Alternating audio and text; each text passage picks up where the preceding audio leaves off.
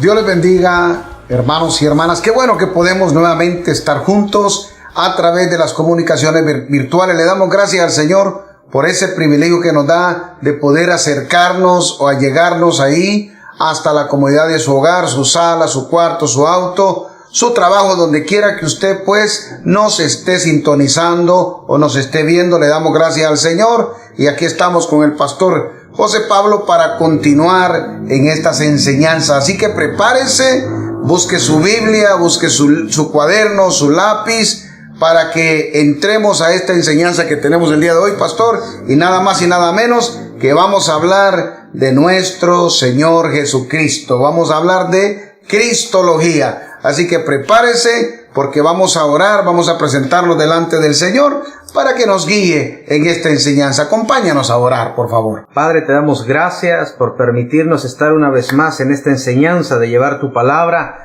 hasta los hogares. Padre, te pedimos que tu presencia esté con cada uno de ellos, y donde llegue esta enseñanza, donde quiera que se escuche, Señor, que haya convicción de espíritu a espíritu y la revelación de la palabra, para que cada uno de tus hijos, Señor, conozcamos quién es nuestro Señor y nuestro Salvador, y que así también el Padre nos sea revelado por medio de tu palabra. Te damos gracias y declaramos que hay una dependencia total y absoluta en ti para enseñar y para recibir la enseñanza en todo lugar. Te damos la gloria y la honra, Padre, Hijo y Espíritu Santo de Dios. Amén. Ahora, hermanos y hermanas, acompáñanos a adorar y a exaltar a nuestro Rey de Gloria. Adoremos. Jesús, mi fiel amigo, mi dulce caminar,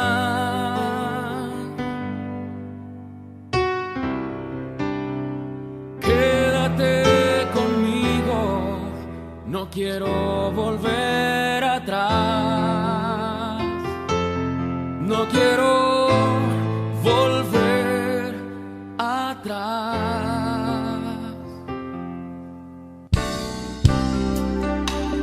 Llévame allá donde sé que habrá paz, donde tengo que callar para escucharte hablar, donde todo es realidad y el tiempo no existe más.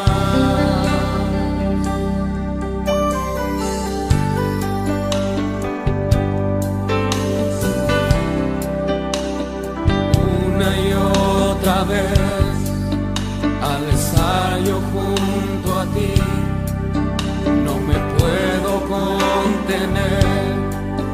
Cuando me miras así, ya no hay nada que decir. Eres todo para mí.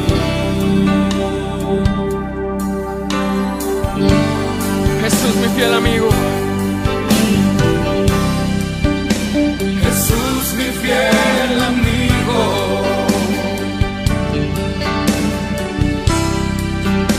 mi dulce caminar,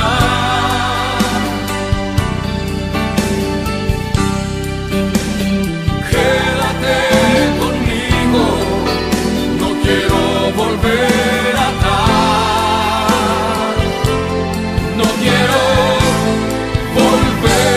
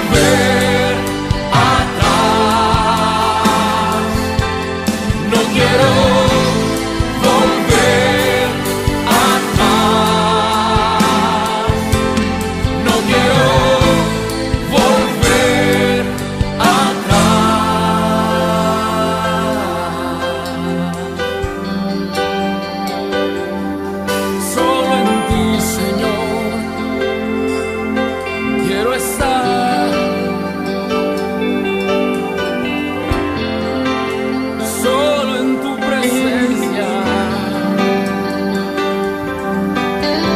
Solo contigo queremos estar, Señor Jesús.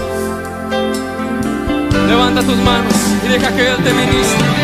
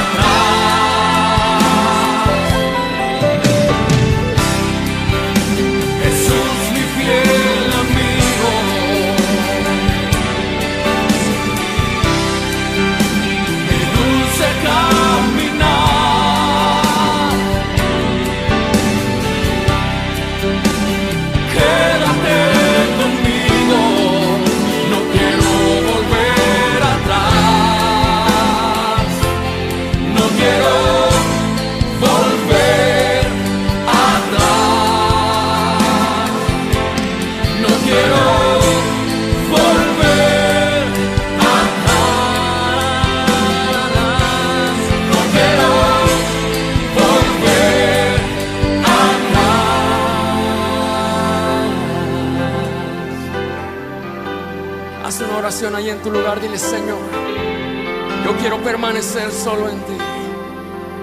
Que tu presencia nunca se aparte, Señor, de mí. Derrama tu espíritu, Señor, sobre nosotros. Mi Dios, Jesús, mi fiel amigo, mi dulce caminar. Heme aquí, Señor Jesús.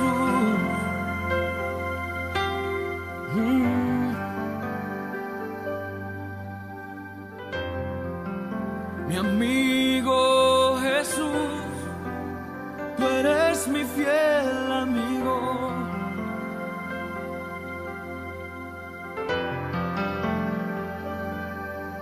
Sí, Señor Jesús.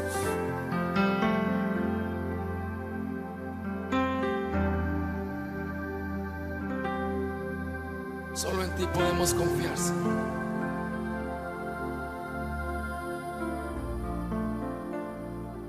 Tú eres nuestro mejor amigo, Dios. Gracias le damos al Señor nuevamente por este grande privilegio de poder exaltarlo, adorarlo, glorificarlo. Estamos contentos, quiero decirle que estamos felices de poder llegar y poder compartir esta palabra, esta enseñanza en su vida. Y sin más preámbulos, pastor, vamos a entrar a este tema. Usted sabe que hemos estado hablando de la Trinidad, hablando, ¿verdad?, de ese Dios que se manifiesta en tres personas, como ser el Padre, el Hijo y el Espíritu Santo. En la clase anterior, pastor, hablamos del Padre, y qué mejor entonces ahora vamos a hablar del Hijo. Acuérdese que el Padre es el que comisiona, es el que envía al Hijo, y hoy pues nos toca hablar de nuestro Señor Jesucristo. Y quiero decirle pues que el concepto que usted tenga de nuestro Señor Jesucristo va a determinar la calidad de vida cristiana que usted tenga.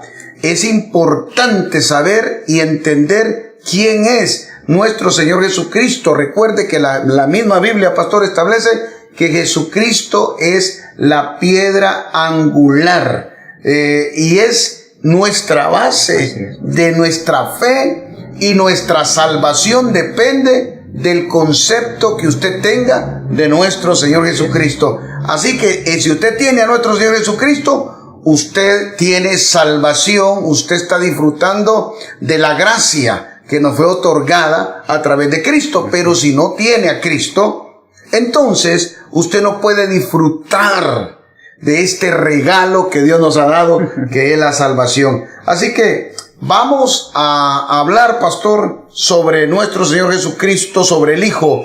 ¿Qué es lo que dice la Escritura respecto a Jesucristo? El Evangelio de Juan, capítulo 3, verso 18 y el verso 33 al 36, dicen de esta manera: el que en él cree no es condenado, pero el que no cree ya ha sido condenado porque no ha creído en el nombre del unigénito Hijo de Dios. Y el verso 33 dice: el que recibe su testimonio, este atestigua que Dios es veraz, porque el que Dios envió, las palabras de Dios habla, pues Dios no da el Espíritu por medida. El Padre ama al Hijo, y todas las cosas ha entregado en su mano. El que cree en el Hijo tiene vida eterna, pero el que rehúsa creer en el Hijo no verá la vida, sino que la ira de Dios está sobre él. Qué manera de confirmar lo que estamos hablando. El saber qué usted cree sobre nuestro Señor Jesucristo es lo que garantiza la bendición de Dios sobre la vida del hombre o de la mujer. Así es, pastor. Así que la palabra es clara, ¿verdad? Y dice que el que no ha creído en nuestro Señor Jesucristo prácticamente está condenado. No puede disfrutar ni de la gracia ni de la salvación, porque es la fe en el Hijo de Dios que nos da y nos permite entrar en esa gracia, ¿verdad? Y disfrutar no solamente, mi hermano, la salvación y todos los beneficios aquí en la tierra, sino también en el cielo. Así que en este estudio, pastor, hablando de Jesucristo, vamos a tocar algunos aspectos y quiero que los tenga, y si los puede subrayar, apúntelos. Vamos a tratar sobre la divinidad de Cristo.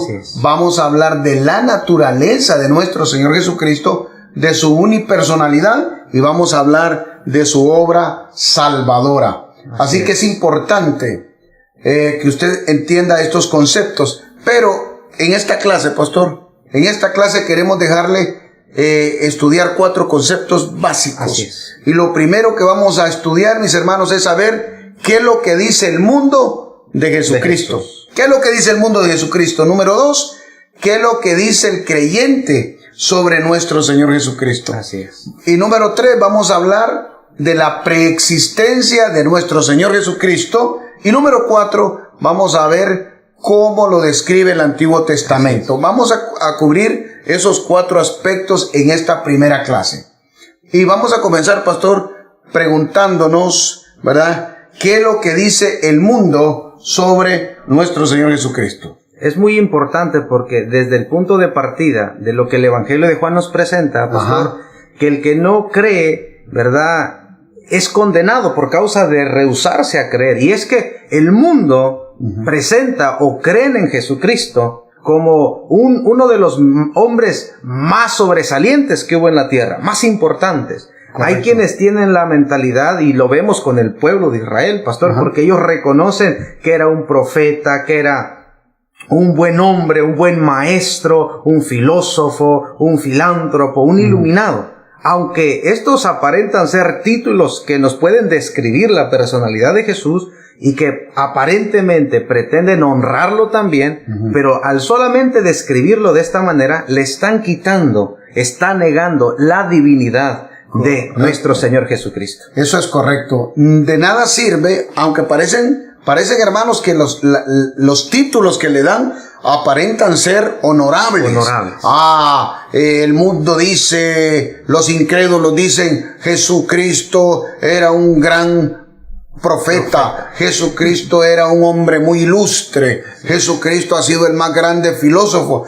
Aparentan que le dan honor. Pero quiero decirle que es el desastre más grande, ¿verdad? Sí. Que es la injuria más grande, es una definición mediocre de lo que es nuestro Señor Jesucristo, porque nuestro Señor Jesucristo no era un gran filósofo, no era un gran filántropo, no era el hombre más bueno. Jesucristo era, es y será el Hijo del Dios Altísimo, el Salvador del mundo. Así que no importa que el mundo diga, pero usted tiene que entender que el mundo siempre va a decir estas cosas. Siempre. Nunca van a reconocer quién es Jesucristo.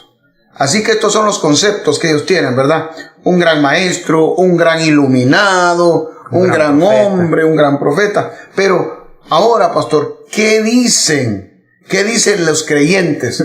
Cuando entramos en este tema, ya vemos lo que dice el mundo, lo que dicen los incrédulos. Ahora, ¿qué dicen los creyentes al respecto, pastor? Nosotros, pastor, lo vamos a corroborar, lo vamos a comprobar con la palabra, porque esto es maravilloso. El Evangelio de Mateo, capítulo 16, verso 13 al 15, dicen así: viniendo Jesús a la región de Cesarea de Filipo, preguntó a sus discípulos diciendo: ¿quién dicen los hombres que es el Hijo del Hombre?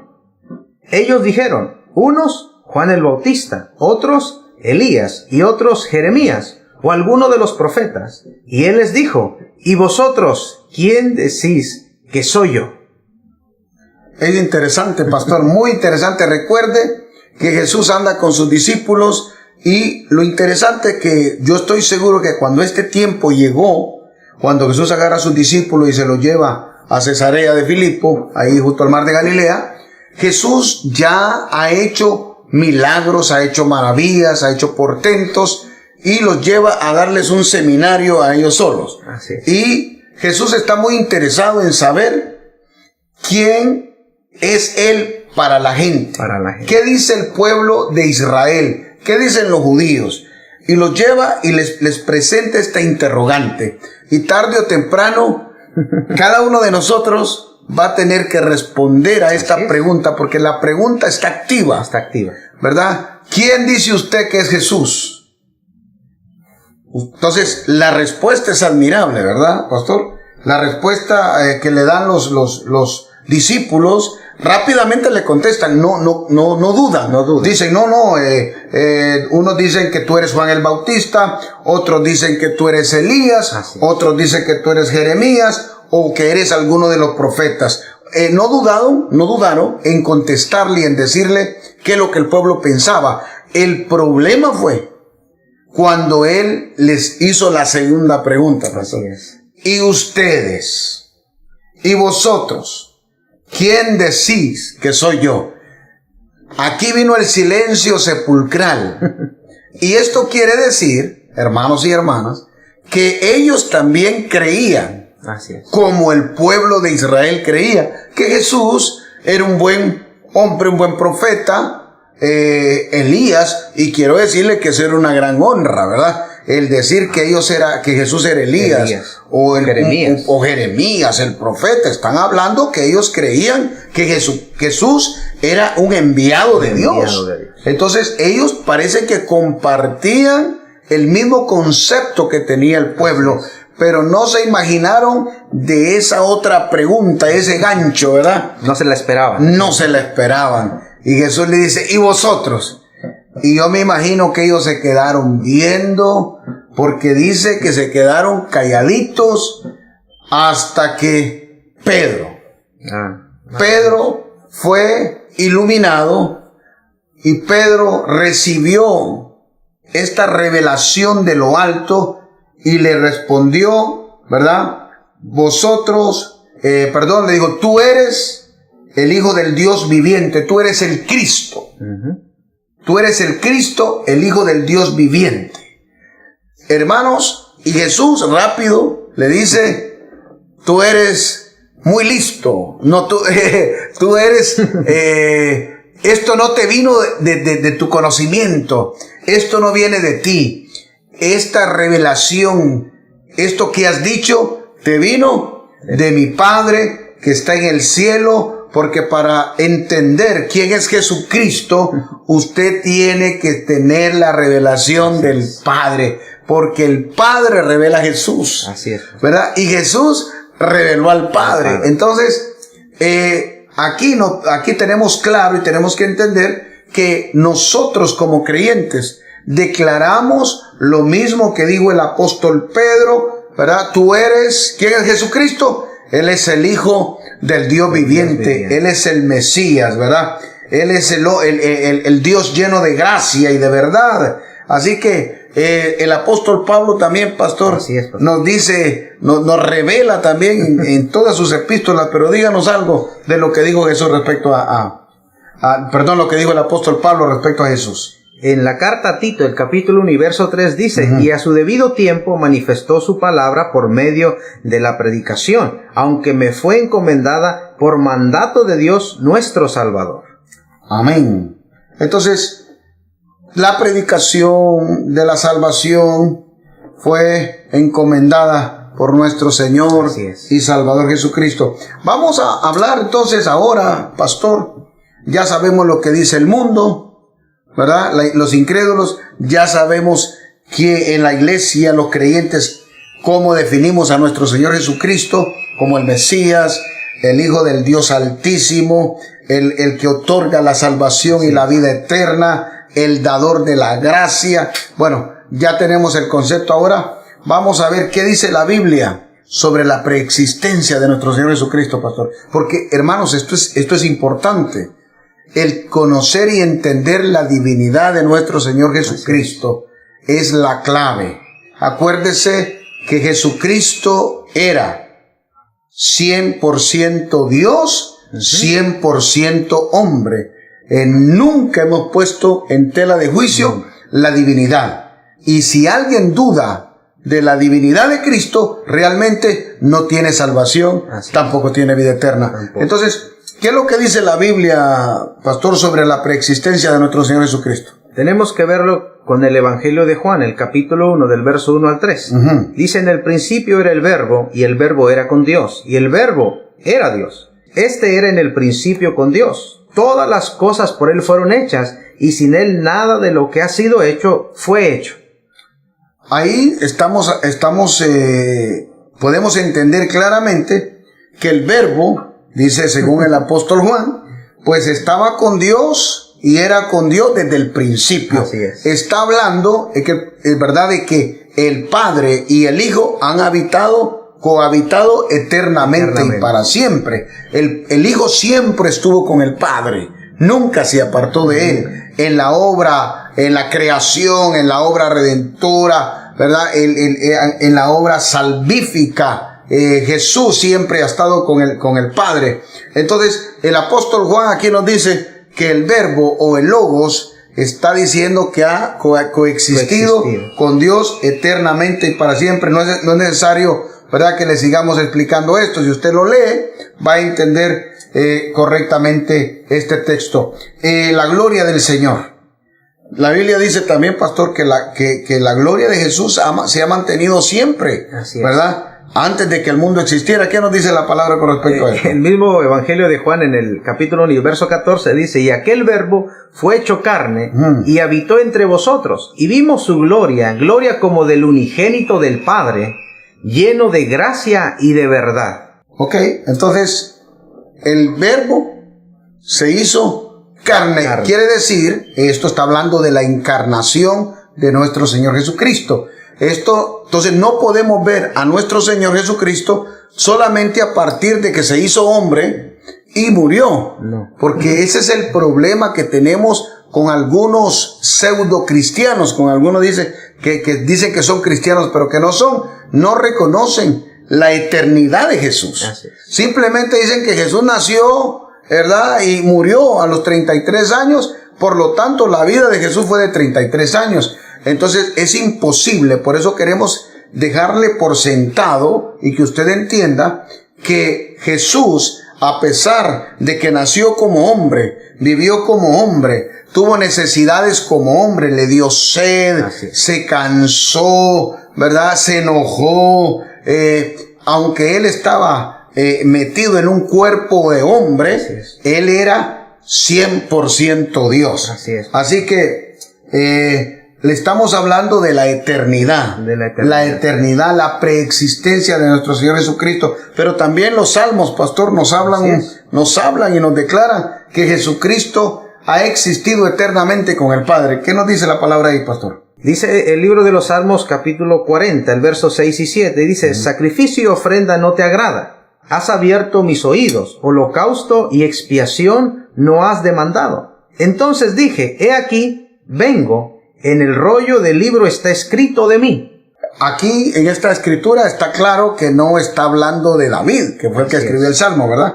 Y si usted se va, por ejemplo, al libro de Hebreos, ahí el escritor del libro de Hebreos trae esa profecía, pastor, y dice que esa profecía se cumplió en nuestro Señor Jesucristo. ¿Qué dice ahí, pastor, en Hebreos? Hebreos capítulo 10, versos 5 al 7 dice: por lo cual, entrando en el mundo, dice, sacrificio y ofrenda no quisiste, mas me preparaste cuerpo, holocaustos y expiaciones por el pecado no te agradaron.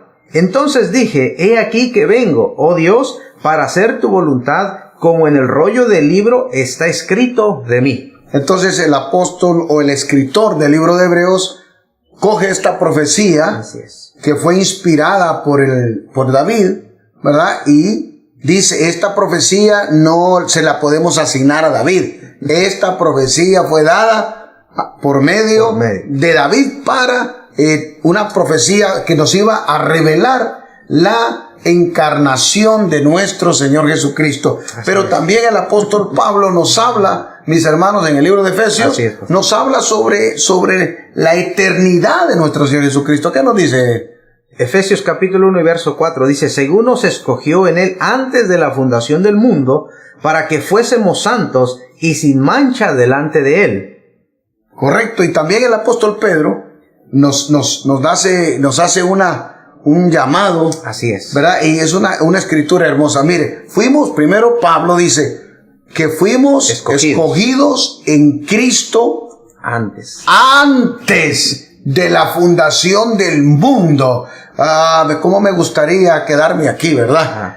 Y poder decirle tantas cosas. Pero acuérdese, usted y yo fuimos escogidos para salvarnos, para salvación. Fuimos escogidos en Cristo, pastor. En Cristo. Antes que Dios hiciera los cielos, la tierra, el universo, los planetas, usted y yo ya estábamos en el corazón de Dios, pastor.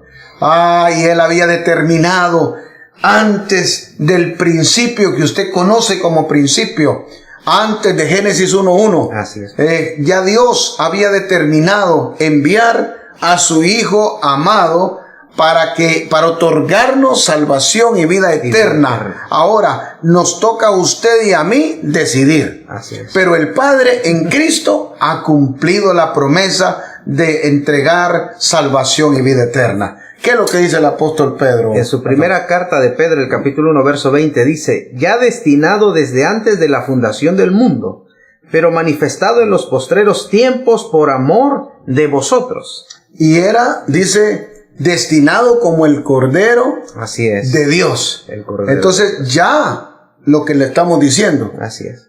No quiero que usted piense, ¿verdad?, que como Israel falló, entonces Dios tuvo que sacarse un as de la manga. Dijo, como estos me rechazan, pues yo ahora voy a hacer esto. Usted, la iglesia, usted y yo, la iglesia de nuestro Señor Jesucristo, estaba en el corazón de Dios. Así es. Porque el corazón de Dios está en salvar a la humanidad, no a una nación, como se lo hemos dicho. Porque cuando Nicodemo visitó a Jesús de noche, estamos hablando de un alto funcionario de los judíos, Nicodemo fue y le dijo, nosotros creemos que tú vienes de Dios, pero no nos conviene decirlo, porque perderíamos todos los beneficios que tenemos.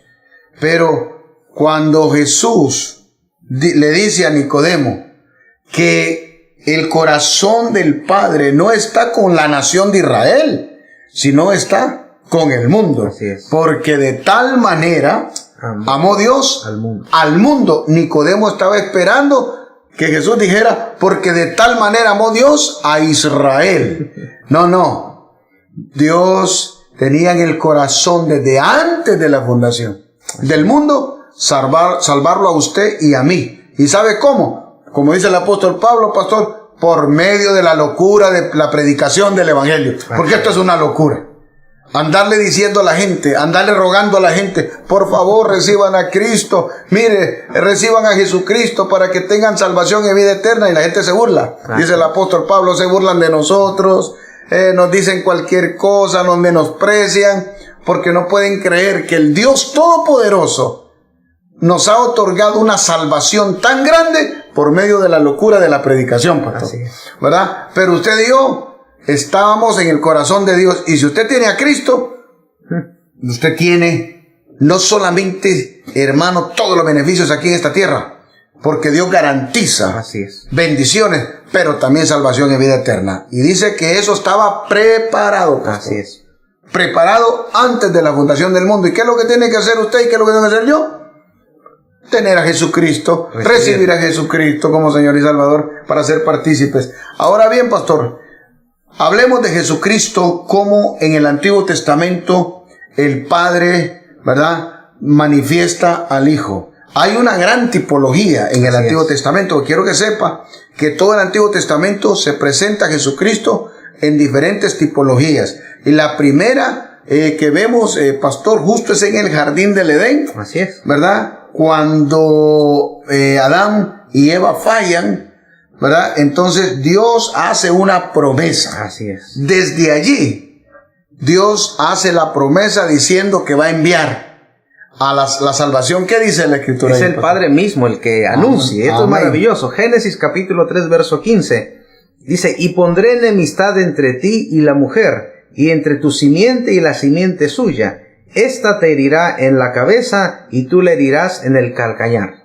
Ya estaba el Padre hablando de la promesa. Ya no estaba diciendo que iba a enviar a alguien a redimirnos de el pecado. ¿Y qué le parece, pastor? También el mismo Padre hace una tipología muy linda también ahí, después del pecado. ¿Qué fue lo que hizo? En el capítulo 3, el verso 21 dice, y Jehová Dios hizo al hombre y a su mujer túnicas de pieles y los vistió. ¿Qué le parece? Qué interesante. Porque si usted se ha tomado el tiempo de leer un poco la Escritura, se dará cuenta que Adán y Eva, pues, dice la palabra que estaban desnudos, porque no había pecado, ¿verdad? Entonces, realmente no había nada que ocultar, no había nada de qué avergonzarse, porque cuando usted está limpio delante de Dios, usted es una carta abierta, como dice la palabra, ¿verdad? Y no hay nada que ocultar, usted no tiene ningún problema. Pero cuando pecaron, se escondieron y ellos mismos se cubrieron con unas hojitas, ¿verdad? Con unas hojas de higuera. Eso se llama justificarse, autojustificación, ¿verdad? Yo lo hice por esto, porque nadie me entiende, porque nadie me quiere, porque aquella mujer me incitó, porque el jefe me dijo que tomara con él, porque etcétera, etcétera. Es el hombre cuando se quiere justificar, ¿verdad? Sabiendo que lo que hizo no es de acuerdo a la palabra de Dios, entonces busca justificarse, y eso significan aquellas hojitas de higuera. Pero dice la Escritura, pastor, lo que usted leyó ahí, ¿verdad? Que Dios mismo hizo sacrificio, mató animales para cubrirlo, ya anticipando el sacrificio de nuestro Señor Jesucristo. ¿Y de qué otra manera entonces, de qué otra tipología vemos en el Antiguo Testamento, pastor? Lo vemos que es anunciado por medio del Cordero Pascual. Y en el libro de Éxodo, el capítulo 12, versos 5 al 6, nos dice de esta manera, el animal será sin defecto, macho de 1 año, lo tomaréis de las ovejas o de las cabras, y lo guardaréis hasta el día 14 de este mes, y lo inmolará toda la congregación del pueblo de Israel entre las 2 tardes. Ahí otra tipología, ¿verdad? Lo representa como el Cordero Pascual. Así que esto no era otra cosa más que el simbolismo, ¿verdad? La tipología del sacrificio que iba a ser el verdadero Cordero de Dios, ¿verdad? Que iba a venir a morir en una cruz para perdonar todos nuestros pecados. Entonces, en la tipología del Antiguo Testamento, nuestro Señor Jesucristo es tipificado entonces como el Cordero que quita el pecado del mundo, y así fue como lo presentó Juan el Bautista. ¿Dónde tenemos eso? En el Evangelio de Juan, capítulo 1, en el verso 29. Al siguiente día vio Juan a Jesús que venía a él, y dijo, he aquí el Cordero de Dios que quita el pecado del mundo. Y esto es, miren hermanos, esto es muy interesante, porque usted tiene que darse cuenta que la más grande revelación Dios se la dio al pueblo de Israel a través de la Pascua. A través de la Pascua. O sea, en cada Pascua, la fiesta de la Pascua, Acuérdese de la liberación del pueblo de Israel de Egipto. Eso es la Pascua, esa es la fiesta, ¿verdad? La liberación del pueblo de Israel que estuvo en esclavitud por más de 400 años, y Dios, para libertarlo, establece la fiesta de la Pascua, que era cuando el ángel de la muerte iba a pasar, y solamente la sangre del cordero en las puertas, en los postes de la puerta y en los dinteles, garantizaba que esa familia no moriría. Así es. Entonces, los israelitas recibieron esta orden, recibieron este mandato para hacerlo perennemente. Así que cada año, fíjese bien, desde ese año, la salida de Egipto, el pueblo de Israel todos los años en el desierto, por 40 años estuvieron sacrificando el cordero. Cuando llegaron a la tierra prometida, ¿verdad? Y se instalaron, comenzaron y siguieron sacrificando un cordero al año. Cuando el rey Saúl y cuando el rey David y Salomón y toda la época de los reyes, todos esos años, estoy hablando, hermano, desde el año más o menos 1500 hasta la venida de nuestro Señor Jesucristo, el pueblo de Israel lo practicó. Y le voy a decir otra cosa. Después de que Cristo vino, ya se cumplía el plan y la profecía. Aunque los judíos ortodoxos, los que todavía no creen en Jesús, siguen sacrificando hasta el día de hoy. Lo que le quiero explicar es que cuando Juan el Bautista, delante de aquella multitud que están en el Jordán bautizando, él señala a Jesucristo como el Cordero de Dios que quita el pecado del mundo, tenía una fuerza y un poder, porque no había judío que no entendiera ese vocabulario, porque hasta ese tiempo, por casi 1500 años, lo practicaban cada año, todos los años. Así que cuando Jesucristo se presenta como el Cordero de Dios y hace el sacrificio, entonces ya la profecía estaba cumplida. Por eso usted y yo no necesitamos hacer ningún sacrificio. Así que Jesucristo fue anunciado a través de este Cordero Pascual, y para el pueblo de Israel era la máxima revelación, y no había, yo dudo, pastor, que hubiera algún judío que no entendiera esto. Eso era lo que ellos practicaban. Así es. Y por todos los años, por una semana, ellos sacrificaban el cordero, ellos comían la carne del cordero asada, tal como se anunció. Así que cuando Juan dice, este es el Cordero de Dios que quita el pecado del mundo, todos los que oyeron tuvieron que haber entendido, ¿verdad? Pero también, pastor, Jesucristo no solamente fue anunciado como Cordero Pascual, pero también en la Biblia, antes de los Salmos, también es anunciado. Díganos algunas escrituras de esas, pastor, donde nos diga que Jesús ya estaba esperándose ese momento y que Dios lo había enviado. El capítulo 49 del libro de Génesis y el verso 10 dice: no será quitado el cetro de Judá, ni el legislador entre sus pies, hasta que venga Silo, y a él se congregarán los pueblos. Estamos hablando del libro de Génesis. El también, libro de ¿verdad? Génesis, pastor. Y esta es la promesa que Dios le revela a Jacob. Así es. Y estamos hablando del primer libro de la Biblia. Ahora también, pastor, recuerdo cuando Ana fue al templo, ¿verdad? Y andaba ella orando y buscando el rostro del Señor y postrada, adorando. Dios le dio una palabra muy hermosa. ¿A qué se refería? El primer libro de Samuel, capítulo 2, verso 10 dice: delante de Jehová serán quebrantados sus adversarios, y sobre ellos traerá desde los cielos, y sobre ellos tronará desde los cielos. Jehová juzgará los confines de la tierra, dará poder a su rey y exaltará el poderío de su ungido. Amén. Qué maravilloso. No, estamos hablando, ¿verdad? De los comienzos del pueblo de Israel, cómo Dios está anunciando la venida de su ungido. El ungido es como que dijera el Mesías. El Mesías. El Mesías y el ungido son los mismos términos.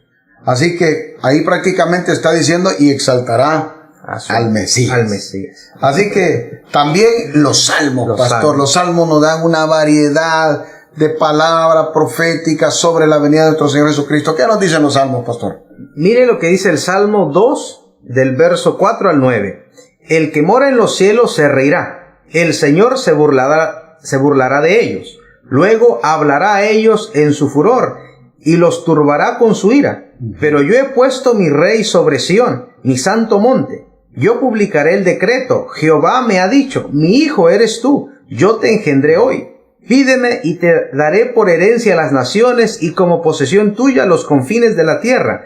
Los quebrantarás con vara de hierro, como vasija de alfarero los desmenuzarás. Estamos anunciando, está anunciando, mis hermanos, bueno, es que hay tantas escrituras, ¿verdad? Pero no podemos darle todas las escrituras, pero es interesante porque no está hablando de David. No. Dios no le está diciendo a David, mi hijo eres tú.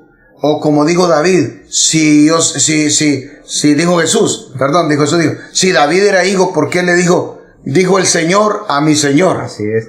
Siéntate a mi diestra hasta que ponga a tus enemigos por estrado de tus pies. Dijo Jesús.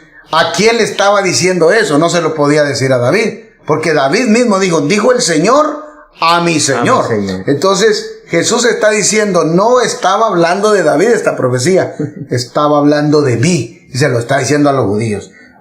Pero también, pastor, en los salmos se habla y se profetiza sobre el sufrimiento de nuestro Señor Jesucristo. ¿Qué dice? El Salmo 22, del verso 1 al 7, dice, Dios mío, ¿por qué me has desamparado? ¿Por qué estás tan lejos de mi salvación y de las palabras de mi clamor? Dios mío, clamo de día y no respondes, y de noche y no hay para mí reposo. Pero tú eres santo. Tú que habitas entre las alabanzas de Israel, en ti esperaron nuestros padres, esperaron y tú los libraste. Clamaron a ti y fueron librados, confiaron en ti y no fueron avergonzados. Mas yo soy gusano y no hombre, oprobio de los hombres y despreciado del pueblo. Todos los que me ven me escarnecen, estiran la boca, menean la cabeza, diciendo, no hay para él salvación. Eso, estamos hablando de 1000 años. 1000 ¿verdad? años. David vivió 1000 años antes de nuestro Señor Jesucristo y a David se le revelan los sufrimientos de nuestro Señor y dice, porque perros me han rodeado, Así es. me han cercado cuadrilla de malignos, horadaron mis manos y mis pies. Imagínense, hermano, anunciado aún los sufrimientos de nuestro Señor Jesucristo en la cruz del Calvario. Por eso es interesante, porque estamos hablando y usted tiene que entender que Jesucristo era, es y será Así es. el Hijo del Dios Altísimo, que ha coexistido con el Padre siempre. Antes de que Dios creara las cosas, Jesucristo es. Así es. ¿Verdad? Y ahora, aquí en la Escritura, antes de los Salmos, en los Salmos, estamos declarando, le estamos dando algunos textos solamente, porque hay demasiados, pero para que usted entienda, ¿verdad? Que 1000 años antes de que Jesucristo apareciera y fuera a la cruz, ya se le había revelado y se había anunciado los sufrimientos. Y no vamos a ir a Isaías, porque en Isaías 53, mas él, ¿verdad?, desechado entre los hombres, ¿verdad? Mas él herido fue por nuestras rebeliones, molido. Imagínense, entonces, eso ya estaba anunciado, pero también, hermanos, se habla de la dignidad de nuestro Señor Jesucristo. Se habla de que Él iba a poseer el trono, el reino. ¿Qué dice la Escritura de eso de los Salmos, pastor? El libro de los Salmos, capítulo 45, versos 6 y 7, dice, tu trono, oh Dios, es eterno y para siempre. Amén. Cetro de justicia es el cetro de tu reino. Has amado la justicia y aborrecido la maldad. Por tanto, te ungió Dios, el Dios tuyo, con óleo de alegría más que a tus compañeros. Amén. O sea, estamos hablando de la dignidad. Así es. De quién es nuestro Señor Jesucristo. 100% hombre, porque nació de una mujer, pasó por todo lo que un niño pasa. Así es. ¿Verdad? Tuvo que ir a la escuela, a la sinagoga, a lo que hemos dicho, ¿verdad? Se enojó, sufrió, le dio hambre, le dio sed y pasó por todo lo que un hombre normal, porque nadie puede entender a otro ser si no ha pasado por ahí. Por eso la Escritura dice, ¿verdad?, que Él nos entiende, que Él sabe. Por eso cuando nos acercamos a Él, ay hermano, ¿cómo Él no te va a entender a ti? ¿Cómo Él no va a comprender por lo que tú pasas? ¿Cómo no va a comprender tu sufrimiento? ¿Cómo no va a comprender? Él no va a comprender tu angustia, tu dolor. Si Él pasó, la Biblia dice, pastor, que Jesús, aún siendo hijo, tuvo que ser probado y pasado por sufrimiento para que aprendiera obediencia. O sea que el Padre permitió que su hijo pasara por todo esto. Él fue azotado, él fue golpeado, fue abandonado. Así que si tú fuiste abandonado, tienes quien te comprenda. Si tú fuiste abandonada, tienes quien te comprenda. Si tú has sido maltratado o maltratada, tienes quien te comprenda.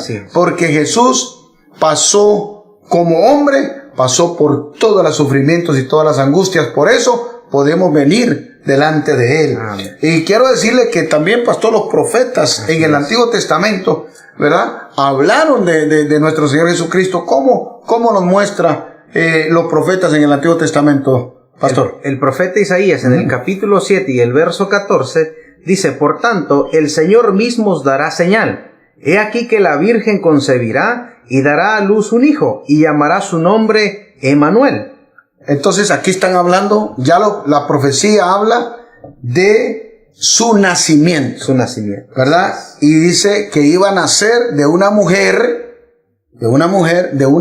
que no había tenido relaciones sexuales con nadie, era una virgen. Entonces, así dice la Escritura, así es, que María, ¿verdad?, estaba comprometida para casarse, pero no estaba casada. No. Y en medio del compromiso fue escogida para recibir, ¿verdad?, y ser embarazada por el Espíritu Santo, el Padre y el Espíritu Santo. Y dice la Escritura que María concibió a Jesucristo y lo dio a luz. Y dice la misma Escritura en el Nuevo Testamento que no fue hasta después del nacimiento de Jesús que María y José tuvieron relaciones de esposo y esposa. Así que se cumple la palabra profética cuando dice que iba a concebir una virgen.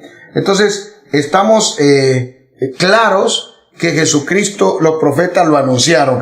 Ahora también habla, pastor, de cómo se le iba a llamar a Jesús. El mismo capítulo 9 y el verso 6 de Isaías dice: porque un niño nos es nacido, hijo nos es dado, el principado sobre su hombro, y se llamará su nombre Admirable, Consejero, Dios fuerte, Padre eterno, Príncipe de paz. Aleluya.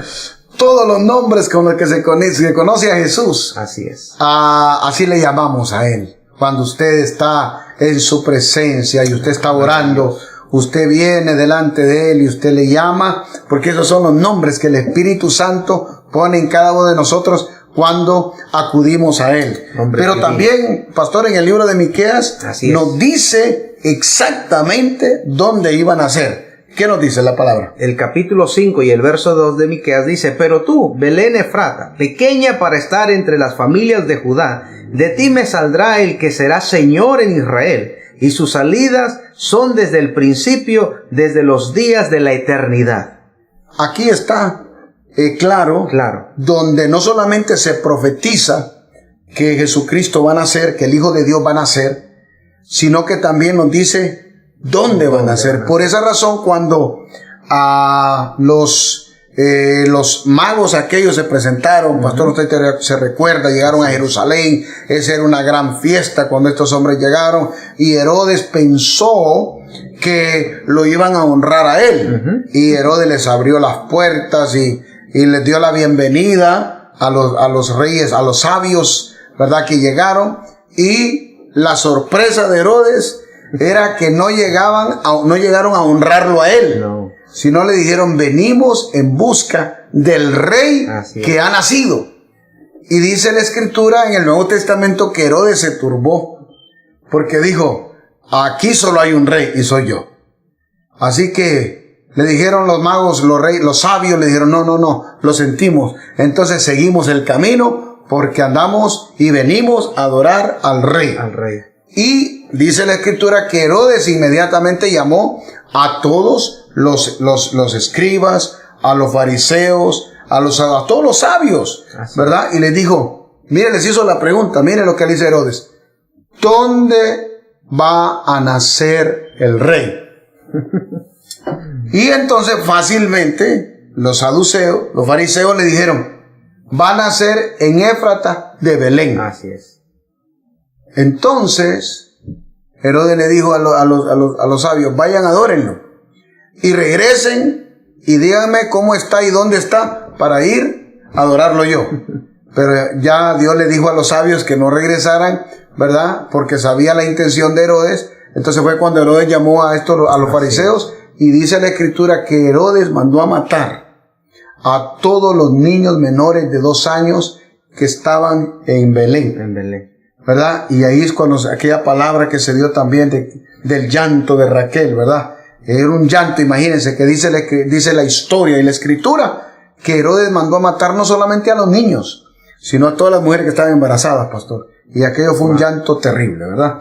Pero estaba anunciado que Jesús iba a nacer en Belén. Y esta profecía está cumplida en Mateo, pastor. 2, 5 y 6. ¿Qué dice la escritura ahí? Ellos le dijeron, en Belén de Judea, porque así está escrito por el profeta. Y tú, Belén, de la tierra de Judá, ¿no eres la más pequeña entre los príncipes de Judá? Porque de ti saldrá un guiador que apacentará a mi pueblo Israel. Entonces, la profecía de Miqueas se cumple en Mateo 2, 5 y 6. Así es. Y también quiero que sepa que en el profeta Zacarías, pastor, en el 9:9 nos dio una profecía. ¿Qué decía la profecía? Alégrate mucho, hija de Sión, da voces de júbilo, hija de Jerusalén. He aquí tu rey vendrá a ti, justo y salvador, humilde y cabalgando sobre un asno, sobre un pollino, hijo de asna. Pero esta profecía, mi hermano, de Zacarías 9:9 se cumplió en el libro de Mateo, capítulo 21, 4 y 5. ¿Qué nos dice Mateo? Todo esto aconteció para que se cumpliese lo dicho por el profeta cuando dijo, decida la hija de Sión, he aquí tu rey viene a ti, manso, sentado sobre un asno, sobre un pollino, hijo de animal de carga. Qué interesante. Porque yo tengo que decirle a usted, mi hermano y mi hermana, que cuando un rey entraba a una ciudad, antiguamente, entraba en un caballo blanco, ¿verdad? Como vencedor. Pero Jesús, Él es rey. Él es el rey de gloria.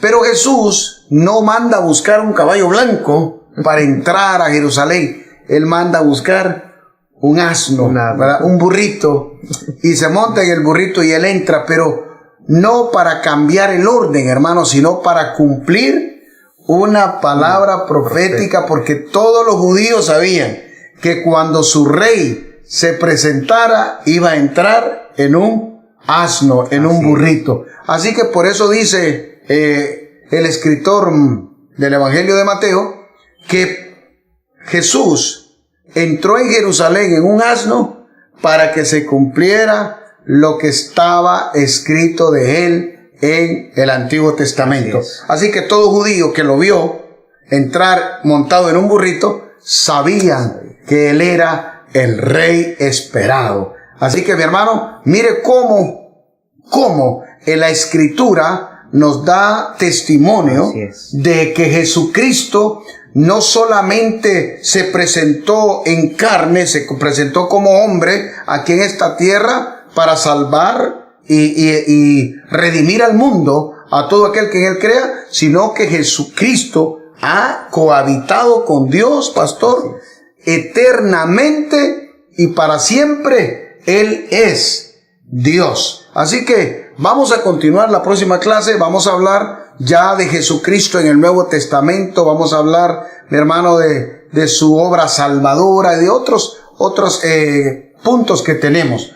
Pero queremos dejarle en su corazón que Jesucristo es el Hijo de Dios. Así es. ¿Verdad? Que Él ha coexistido eternamente, siempre ha estado con el Padre. Y que Él se hizo hombre y se humilló para venir a esta tierra a habitar con su creación. Y por eso podemos acercarnos confiadamente a Él y encontrar el oportuno socorro, porque Él nos entiende. No importa cuál sea su circunstancia, no importa cuál sea su situación, Jesucristo está con los brazos abiertos. Acérquese confiadamente a Él, hable con Él, y yo sé que Él le responderá, porque está escrito, pastor. Así es, pastor. Clama a mí y yo te responderé. Y yo te responderé. Oremos, pastor. Padre, te damos gracias una vez más porque sabemos que esta palabra viene de ti, que esta enseñanza viene del fondo de tu corazón para que tus hijos, cada uno de nosotros, Señor, nos sea revelado quién es el Hijo y a su vez, precioso Consolador, que el Padre nos sea revelado para conocerlos y saber quién es nuestro Padre, quién es nuestro Salvador y que hay esperanzas vivas para todos los que hemos creído y aún los que van a creer. Te damos gracias por la palabra, declaramos que queda atesorada, que es revelada en su corazón para que la pongamos en práctica y caminemos, Señor, con una esperanza viva, entendiendo y comprendiendo que un día, Señor, te veremos cara a cara y nos gozaremos y nos alegraremos en nuestro Señor y Salvador. Te damos toda la gloria y toda la honra, Padre, Hijo y Espíritu Santo de Dios. Amén. Amén. Dios le bendiga, Dios le guarde y nos vemos en la próxima clase. Bendiciones.